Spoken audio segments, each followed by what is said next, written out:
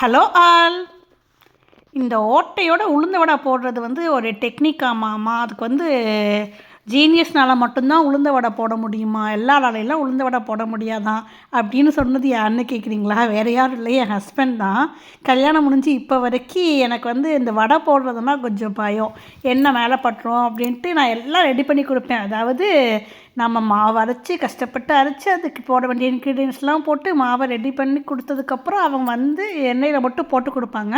போட்டு மட்டும் தான் கொடுப்பாங்க. அதுக்கப்புறம் அதை பெரட்டி போட்டு எடுத்து அதை வெளியே வச்சுட்டு திருப்பி கூப்பிடணும். ஆனால் இந்த வேலைக்கு அவங்க ரொம்ப பில்டப் கொடுப்பாங்க. உனக்கெல்லாம் வரவே வராது, அதுக்கெல்லாம் எனக்கு என்ன, நான் தான் அதுக்கெல்லாம் எனக்கு பர்ஃபெக்டான ஓட்ட வடை எனக்கு தான் அப்படின்ட்டு பில்டப் கொடுத்துருந்தாங்க. ஒரு நாள் கோபத்தில், அம்மா இது பெரிய மலையா, நானே போடுறேன் அப்படின்ட்டு எத்தனை வருஷம் கழிச்சு, ஒரு 13 வருஷம் கழித்து கிச்சனுக்குள்ளே போய் நானே வடை போடுறேன் அப்படின்ட்டு போட ஆரம்பித்தேன்.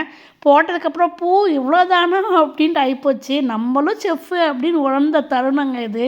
உளுந்த வடை போடுறதுலாம் பெரிய வேலைலாம் இல்லை, எனக்கும் வரும் அப்படின்னு இப்போ கெத்தாக சொல்லிகிட்டு இருக்கேன். அந்த மாதிரி உங்களுக்கு ஏதாவது லைஃப்பில் செஃப்பான தருணம் அது இருக்கா?